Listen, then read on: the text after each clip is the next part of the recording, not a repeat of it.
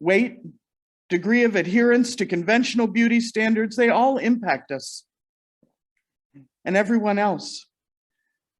How do we find real beauty and refuse to see only the decoration and the surface perfection? This is especially important to discuss with youth, people who are entering the wider and often shallower world of adulthood. Today, we're also going to be sending some of those youth forward into the world, and Devin McClurkin, our DFF, is here with us to help with that piece. It is a beautiful day, and we're going to explore these questions together, so welcome.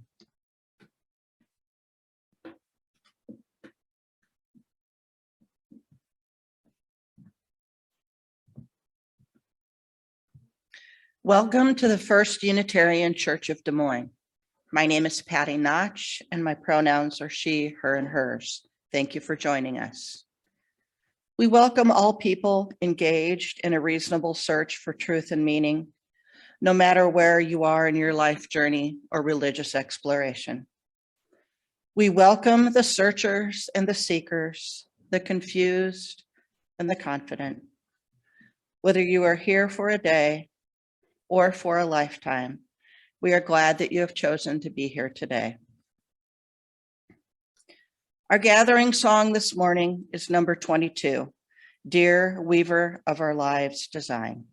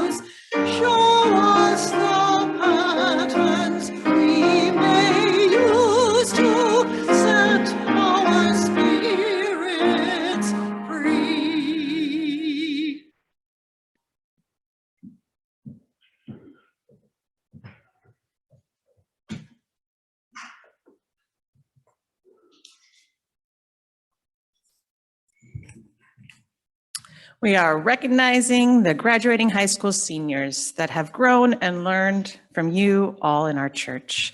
If I could have Rachel and Sean, please join me on the stage.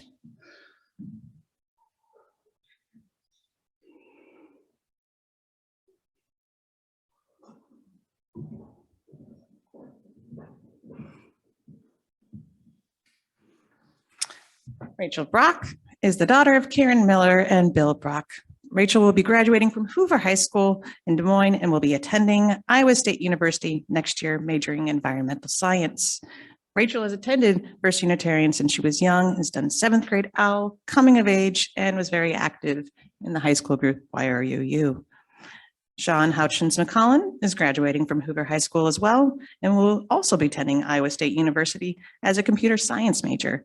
Sean has been coming to First Unitarian since he was a baby and has done programming throughout with all of the OWL classes, coming of age as well. Riza Chowdhury, son of Janine and Amit Chowdhury, is also graduating this year. And yes. So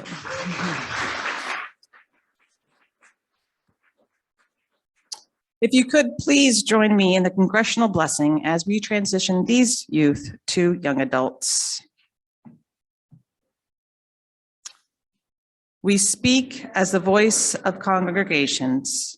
We provided for religious education and youth programs, and we cherished your voices in our halls. We have tried to give you the gift of a place to belong, a place of friendship and growth. We hope that you will know that we are here for you as you travel far on your many adventures, and that as you deepen and grow, so too will the tradition that cherishes you. We bless you now with honor for this rite of passage into adult community. Thank you very much.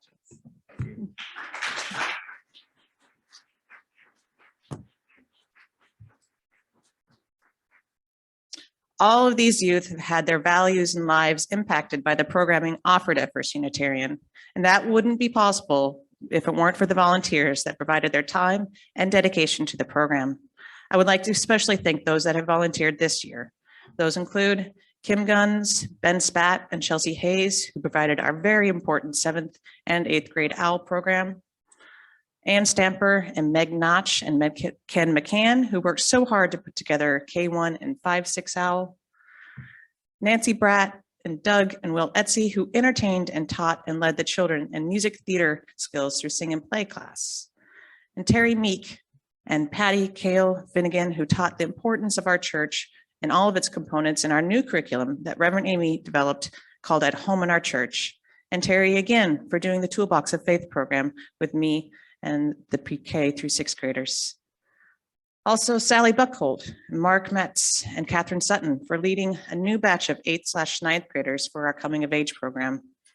And then Kevin Buckholt and John Adelholm, Cale Finnegan, and Shannon Caldenberg for being our youth advisors for our high school YRUU group. I would also like to thank my RE committee that provided me a sounding board, offering different perspectives and great support throughout the year. They are Chelsea Hayes, Laura Berardi, Ann Stamper, and Sarah and Jeremy Gunther. The youth were not the only ones that experienced religious education and faith formation. We have a number of facilitators and volunteers that led various classes and affinity groups and small group ministry. I would also like to recognize and appreciate them as well. Our Small Matters groups were led by Janice Elliott, Hillary Hickenleap, Susan Setz and Joe Fitz, Kristen Bain and Frank Bowers, and Sakacho Murphy led a small group called A Word With You. A Heart Sangha was led by Deborah Rogers and Karen Miller, and Humanism was with Al Powers as a liaison. There was an end-of-life workshop that was also led by Hillary Hippenlake, and Tai Chi was brought in by Walter Pearson and Ellen Taylor. And then our own Reverend Amy also provided silver classes throughout the year, including Widening the Circle of Concern, Around the World Religions class, and then we also had cups being led by Andrea Lamousse. I would also like to thank my adult RE advisory group that worked hard to find more opportunities for adult RE and bring in more programming, as we navigated the pandemic. And they are Walter Pearson, Janice Elliott, Barbara Glass, and Susan Seitz. Please join us in acknowledging their work.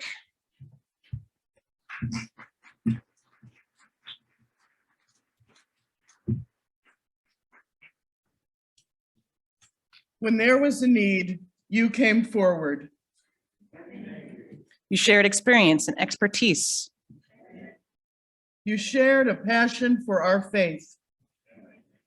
You shared a willingness to learn among us. For the challenging days. For the Sundays you wanted to sleep in and the Wednesdays when the day was already long. For your commitment to all of us, our congregation, and our faith. For the time spent researching and adding to lessons to make them more meaningful. For the connections you've made with us. For all these great and small you have given our children, our youth, and our congregation. We take time today to recognize and to honor you. There's one more thanks. Devin, when I first started and when Tracy left to take her dream job, you stepped up with only a little bit of hesitation and went from being our assistant to being our full-time DRE. Thank you. Without hesitation, you continued through a pandemic, trying to figure out things that no one's had to figure out in our country in a very long time, how to keep a children's program going when you can't see the children. For everything that you've done, for every time that you've been there, for every time you tried your hardest and came in sick and stayed late, thank you. Thank you for everything. Can we get a round of applause?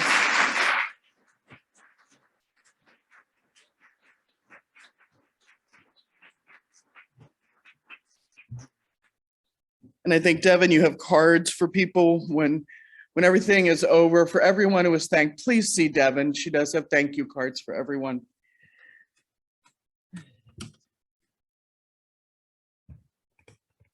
Our offering words today are done in our normal terrible style. One morning in hell, as the devil set working, another damned soul popped in a puff of smoke. What happened to you? The devil said. You look terrible. How did you die? Well, the man said, I was working for endless hours doing a thankless job. I stood up and tripped over a power cord, and here I am. And the devil threw his hands in the air and said, well, that's not fair. You were simply pouring your heart and soul into something and died in the process. And the man shrugged. The devil smiled. He said, my friend, I'm feeling generous today. I'm going to send you back to life. What do you say with that? The man looked at the swirling pools of lava behind the devil and listened to the sound of wailing souls and said, I think I'll stay in hell. I'm sorry, what? The devil said, spitting out his tea. I'd like to stay, the man said. It's nicer here. The devil was dumbfounded. Well, mortal, you can go down the path to get your orientation pack and be up early tomorrow for lava swimming at 7 a.m. And at lunch, we're streaming the final season of Game of Thrones. But I'm sorry, I have to know, what thankless job did you have that makes you want to stay here in hell? The man looked at the devil and said, actually, I was head of my church's stewardship campaign. The morning offering will now be given and received. There'll be a link in the chat because, as always, one half of our plate goes to the internal social justice programs of the church, and one half to our current faith and action partners, Knock and Drop and Just Voices.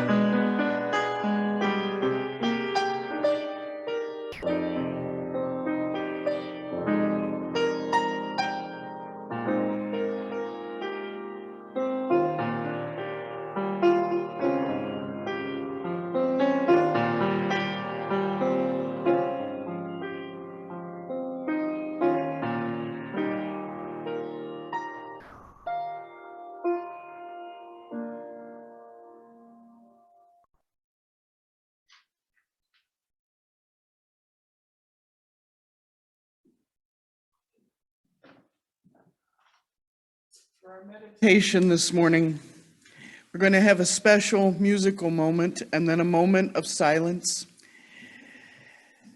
Our own ringers will be playing the Ukrainian national anthem.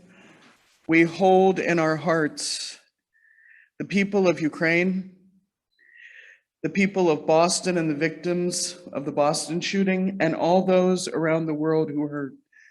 So please join us in our music and then one moment of silence when the music ends.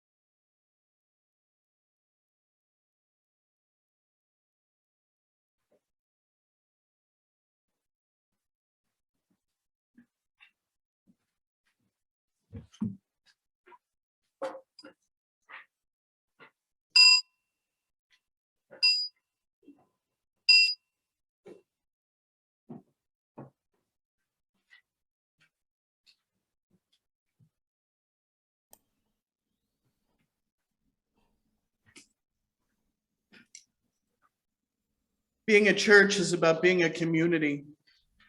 We're more than a building or a social club.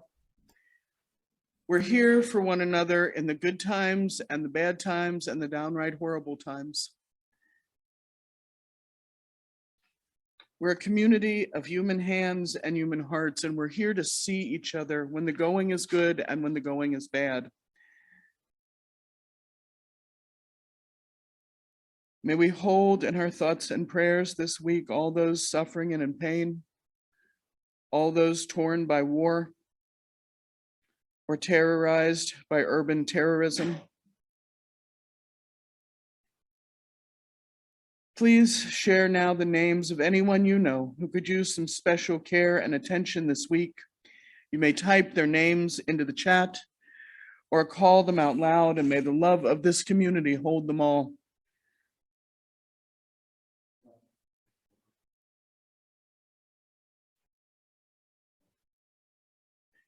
Yosef ben Yitzhak Shulkein.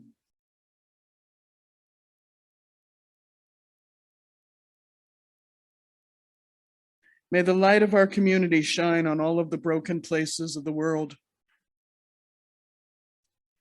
I'd like to ask that Greg Nichols join me.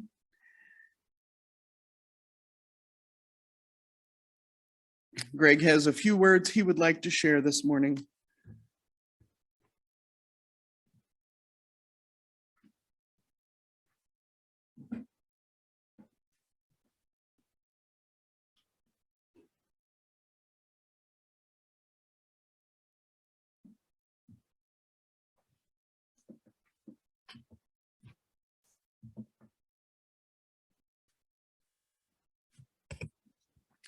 My name is Greg Nichols, and my pronouns are he, his. To say the least, we're living in interesting times at First Unitarian Church. And I have been given advice consistently during my tenure as leader to acknowledge those moments directly when impactful events happen to the congregation. And today I'm going to do so in the context of sharing a concern as your board chair, a personal concern, and a voice of concern that has been shared with me by many members as we embark on a period of transition in our ministry at this church. On Thursday night, a public statement was provided to all members about the ministerial decisions recently arrived at. And I call people's attention to that, which is available on the intercom, was sent to every member on email, and which can be available through various venues, particularly the last parts of that message about where we go from here. Because I'm not focused on the past today, I'm focused on our future. As a reference point for what I want to say today, I will be speaking to my reaction to a public statement made yesterday by a friend and fellow longtime member of this church. They expressed a concern, clearly and appropriately self-referenced. However, I have a concern both as a board member and as an individual on the topic as we move forward. But I thank my fellow member for the comments that they provided that helped me clarify what I wanted to say today. This fellow member said, in part, the edits are my own, disruptor and proud of it.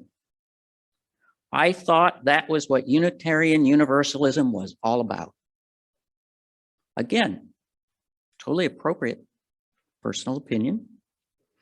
My caution or concern as a board member is that in the days ahead, it's going to be very critically important for us to speak at times frankly about topics that may be uncomfortable, where we will not initially have a shared point of view. But I hope we will enter into those conversations with not the objective of being disruptors, but rather with the objective of being fellow members in a covenant of goodwill and right relations and seeking consensus amongst us all. The proud disruptor approach, amongst other things, I fear will lead to further burnout and lack of interest in volunteer leadership for this church at just the time we need it more than ever. Now, a related concern is personal. Thank you, Reverend Amy, for giving me a chance to voice it. This was also alluded to in my friend's statement yesterday. I have been the recipient of and the witness to a fairly extensive set of conversations over the past months that sound something like, if X doesn't happen, or if Y does happen, I'm going to reconsider whether I want to be a member of this church. This is what I'm talking about when I say, let's just be honest with one another. You've heard it. Of course, we all have free will in that regard. But there's no reason anyone can't make such a statement. But I have something personal to say about that. As one of 382 of us, I came here 20 years ago, and I've stayed here for 20 years because I see this church as a sanctuary for liberal religious seekers, providing me and my family guidance on our spiritual journey, fellowship with like-minded friends, and opportunities for service in causes that matter.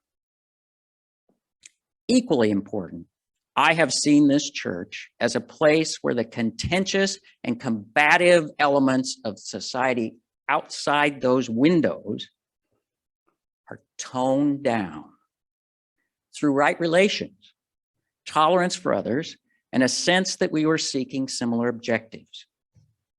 If, as may be true based on my friend's statement, our future direction and actions are based on the collective view that disruption is a defined UU value we prioritize, then perhaps it is not my friend, but me who doesn't belong here down the road.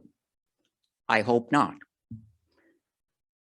One other thing I would add, I hope that as we go forward, we're not seeking to disrupt, but that we are a place that provides patience and grace to our volunteers struggling to provide leadership under intense pressure, all while balancing increased church demands with their daily lives.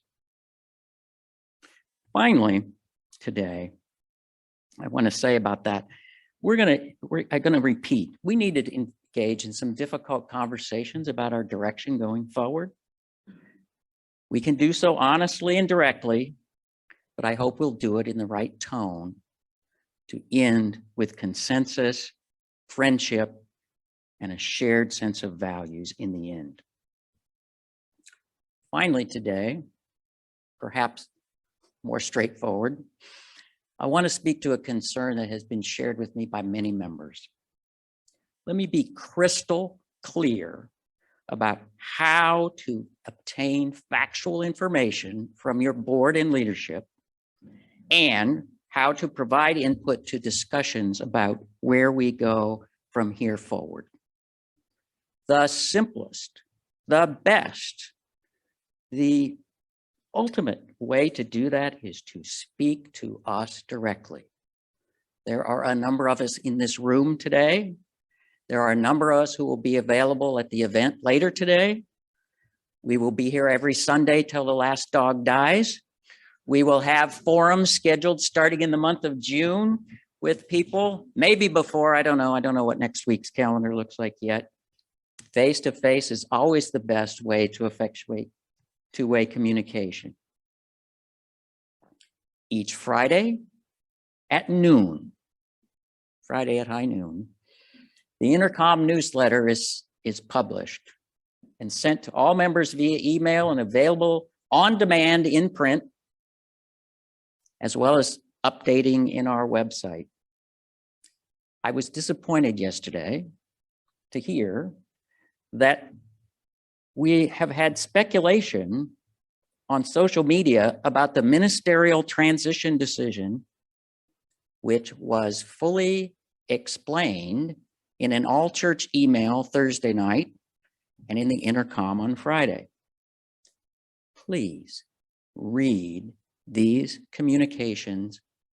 Pardon me, Dave Whitkey. Please read these communications religiously in the coming weeks. If you have questions that you want addressed to the entire congregation or to the board and then communicated back to the entire congregation, please forward them to your board members via email or voicemail so they can be included in future congregational communications. And note, social media is not Bears repeating. Social media is not the best way either to pose questions or provide feedback to your board members. It will not be a primary venue we plan to use for all member communications. Please utilize face-to-face and other methods other than social media as your primary ways of communication.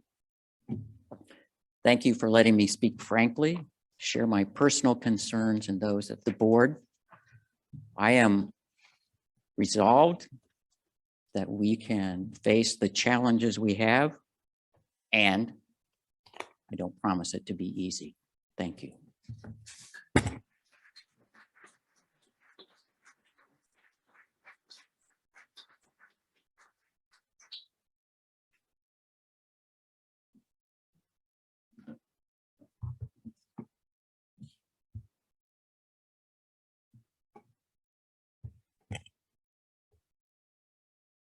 Now and in the coming days, may the work of our hands and our hearts support and aid and comfort one another and all those who hunger or thirst for food or water, justice or freedom. May we never look away when we're needed. May those who are grieving and sad be comforted. May those of you who are tired find rest. May the broken places be healed. And may those who are filled with joy and laughter be abundant. Together we light 3 candles, one for the joys and the sorrows we've shared, one for the names we've written and spoken, and one last for all of the joys and all of the sorrows which are deeply held, but remain unspoken here today.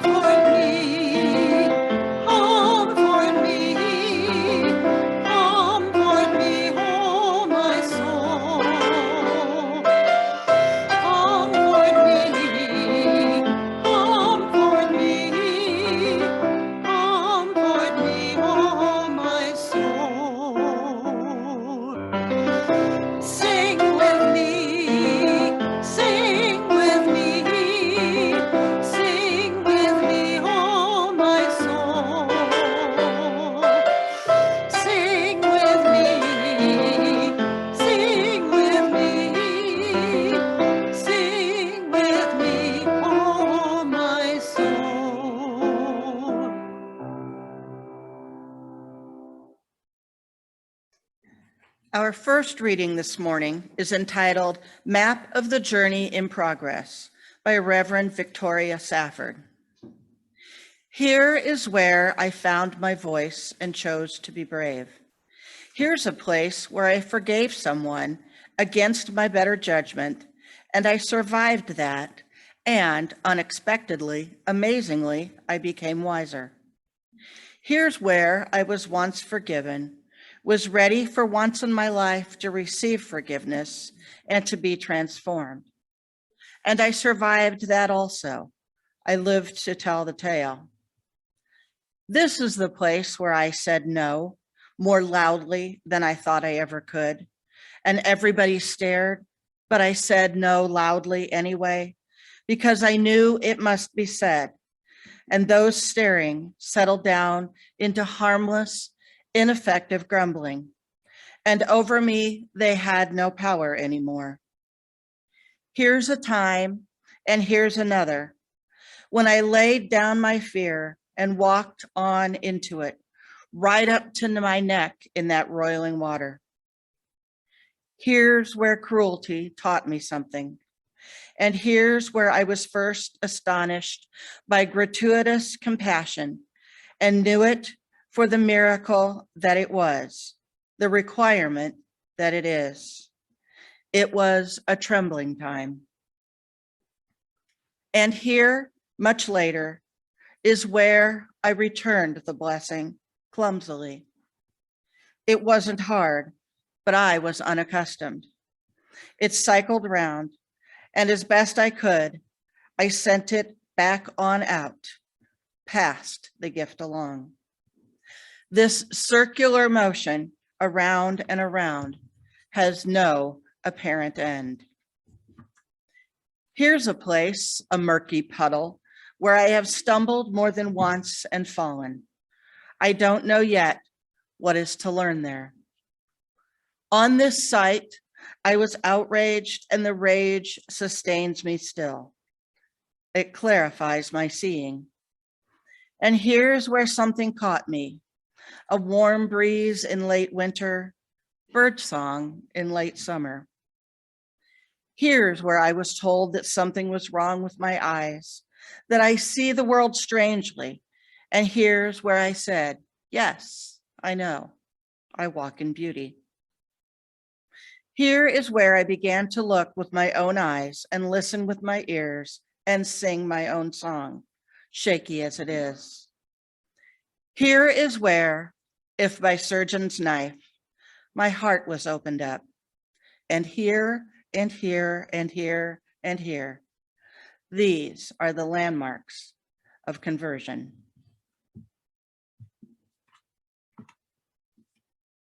Next, we will have Karen Kramer and the Bell Avenue Ringers playing Bell Jubilee by Matthew Prince.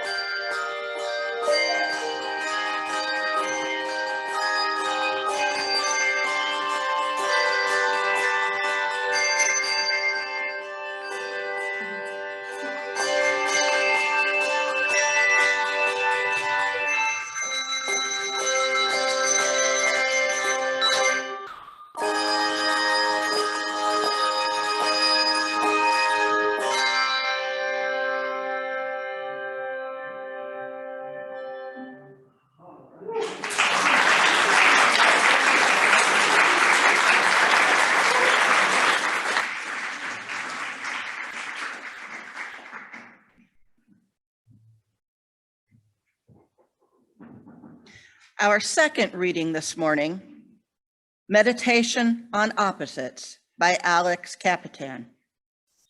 Spirit of the universe, life force that flows through all beings, power beyond our knowing. We ask you to help us see beyond our dependence on opposites, to transcend our desire to know who is like us and who is not. Open us to the knowledge that in this room, there are complexities and diversities of identities beyond Black and white, old and young, woman and man, poor and rich, uneducated and educated, disabled and able-bodied, gay and straight, ill and healthy, wrong and right, broken and whole. In this room, there are people who embody juxtaposition, who can tell stories written on their bodies about both and neither, who carry intimate pieces of the truth that there is no such thing as opposites.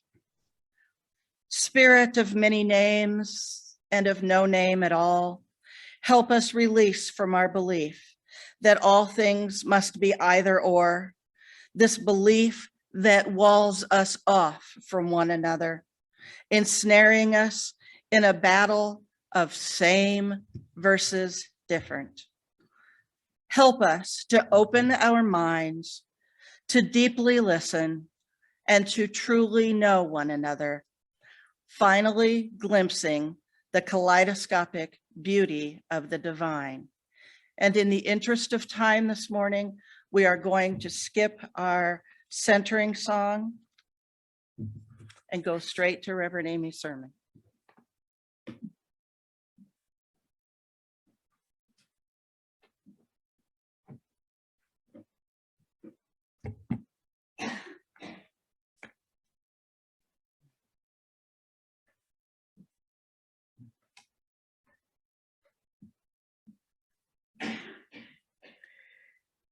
There is more love somewhere.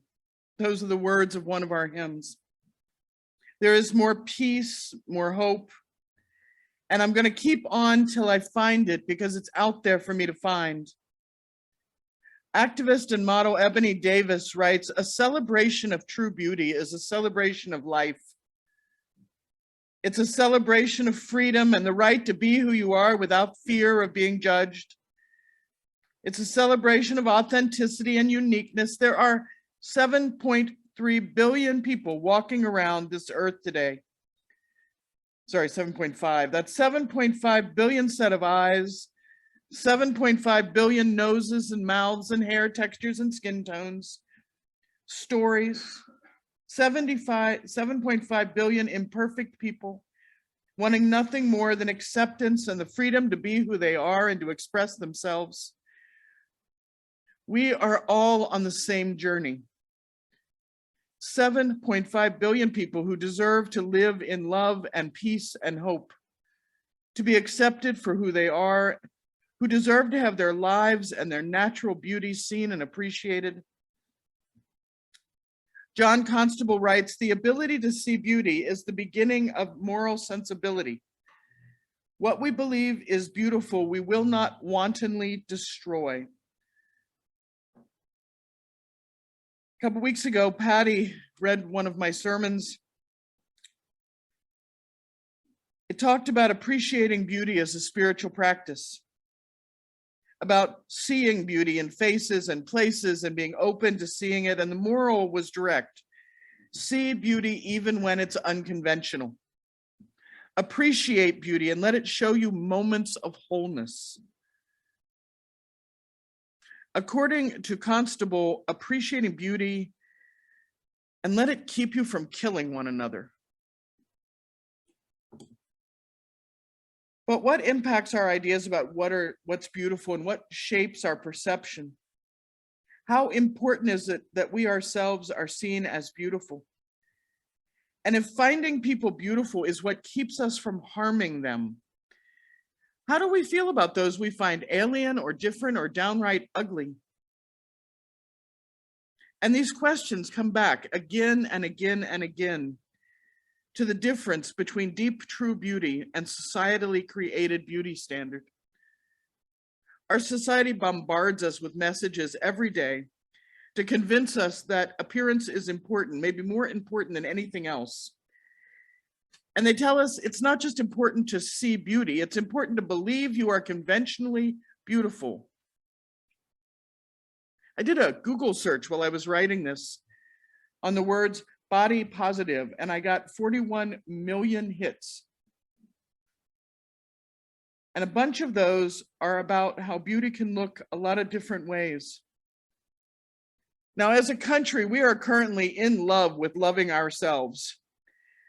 We are radically revisioning the physical human body and we're moving from a culture which says that only slender white women and muscular white men, all of whom are between the ages of 18 and 35, are attractive.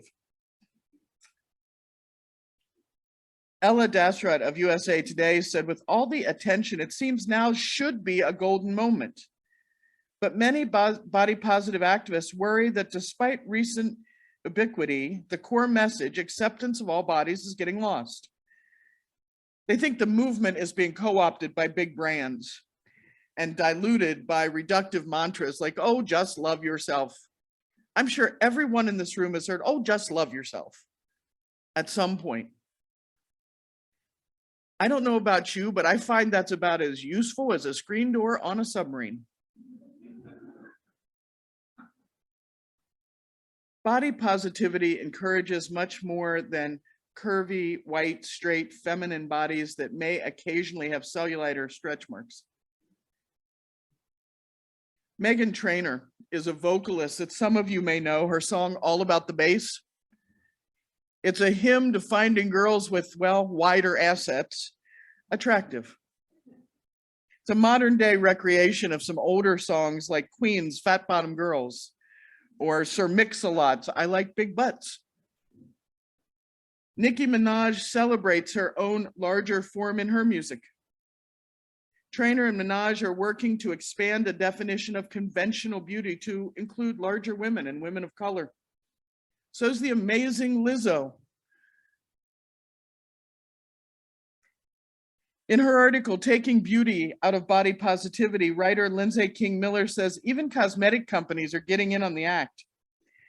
Some of you may remember the Dove Real Beauty commercials, where it showed a bunch of skinny white women and said, we like all bodies.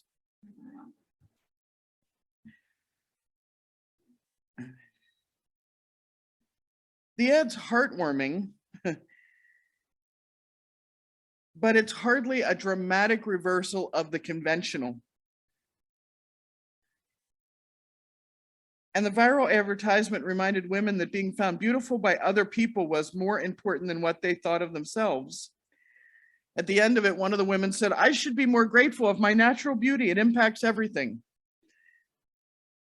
It couldn't be more critical to our happiness. This all sounds positive, but it's based on a dangerous idea, the idea that everyone on the planet can be conventionally beautiful and you have to be seen as so to matter. Beauty is important. Its appreciation can be a spiritual practice. It can help us find those moments of wholeness. But there are two ideas of beauty, and one is vastly more important. True beauty, born of wholeness and inner radiance, that inner fire I have talked about before, is important, and recognizing it in yourself is important. Conventional beauty as is sold to us, it's a different issue altogether. It's a commercial product.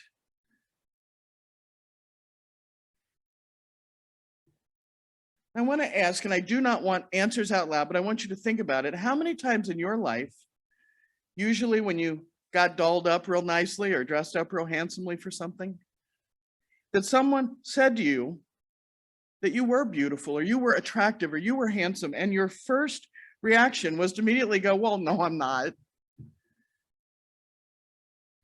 How many times have you told someone they look pretty or beautiful or gorgeous and had them tell you they didn't believe it, but thanks?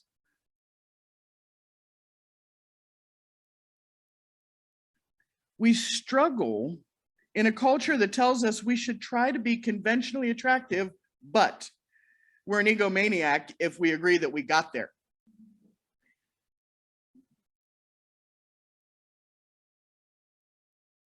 I once had someone immediately launch into a list of the cosmetics she was wearing when I told her she looked very nice, as if I was going to ask her to remove them one at a time so I could tell her when she stopped being pretty.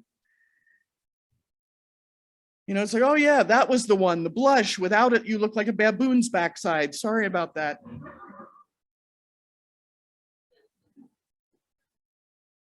Reverend Meg Barnhouse said they shouldn't call it the beauty aisle, that place in the store with all the makeup. Call it the decoration aisle. I know what beauty is. It's not the store. It's everywhere. It may be above you, below you, all around you.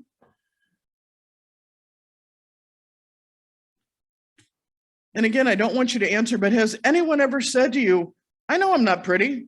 I don't care. And your first instinct was to say to them, oh no, you're beautiful. What did you mean when you did that? Did you mean that you saw in them a deep and spiritual perfection, which led you to a moment of wholeness? And don't you lie to me, I'm a minister. Or did you mean, I want to reassure you that you look like what you're supposed to look like according to the commercial all around us? Opening up conventional ideas of beauty to include people of all physical abilities, of all colors, transgender people, people with natural differences, larger people, that's not wrong at all, but it ignores a bigger issue.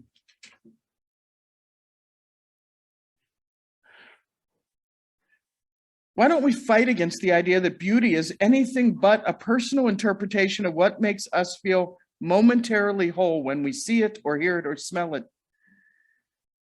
Why don't we fight against the idea that we can be trained to agree on what is beautiful? Gia Tolentino, an editor at Jezebel and the Hairpin, wrote an essay called The Beauty Bridge. And she said these surface level ideas of empowerment push women around each other on the narrow, precarious beauty bridge, rather than suggesting we just howl like animals and jump right off. Being seen as beautiful is not the same as having real power. It's not the same as having strength. It's not inclusion in any sense. When we get told what to find attractive, our direct connection to the awe and wonder in the world is lessened. When we're denied media representation of all types of bodies and looks, all ages, all sizes, all colors, we can no longer decide for ourselves what calls us to wholeness because we never see it. Lindsay King Miller says, beauty's always been defined by its opposite. There's no way to excise the concept of ugliness from the concept of beauty or to permanently keep it from being used against us. Thich Nhat Hanh says, to be beautiful means to be yourself. You don't need to be accepted by others. You need to accept yourself. It's easy to feel beautiful when you accept and love yourself. It's easy to feel whole.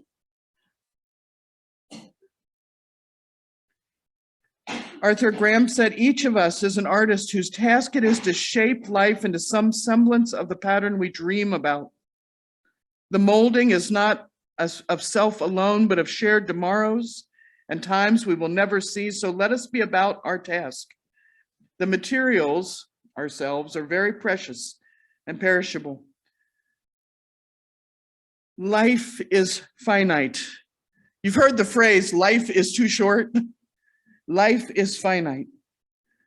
Do not waste the precious time you have on an appreciation of yourself and others for their decorative value. John O'Donohoe says, if you try to view yourself through the lenses that others offer you, all you will see are distortions. Your own light and beauty will become blurred, awkward, and ugly. Your sense of beauty, of inner beauty, has to remain a very private thing. Throw away any lens but your own heart. Embrace your beauty that brings you wholeness, that brings you peace. Ignore the shallow waters of media dictates because you are much deeper than that. There's a river of true beauty flowing through your soul, and it's telling you that you are somebody. So take a deep breath and listen. Find that peace in yourself as we go into uncertain times. And know that you are beautiful. Amen.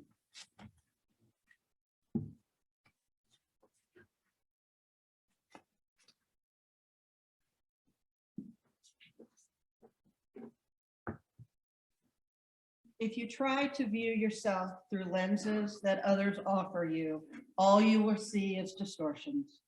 Your own light and beauty will become blurred, awkward, and ugly.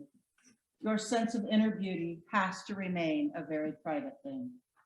May we carry our chalice light into the world to shine on inner beauty everywhere.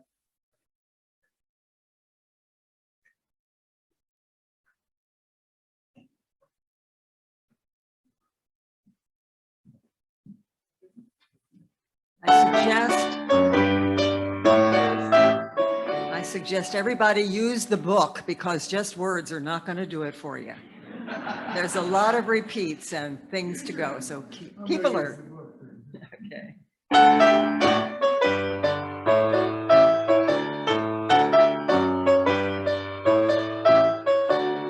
We come from the fire, living in the fire. Go back to the fire, turn the world around. We come from the water, living in the water. Go back to the water, turn the world around. We come from the mountain, go back to the mountain, turn the world around.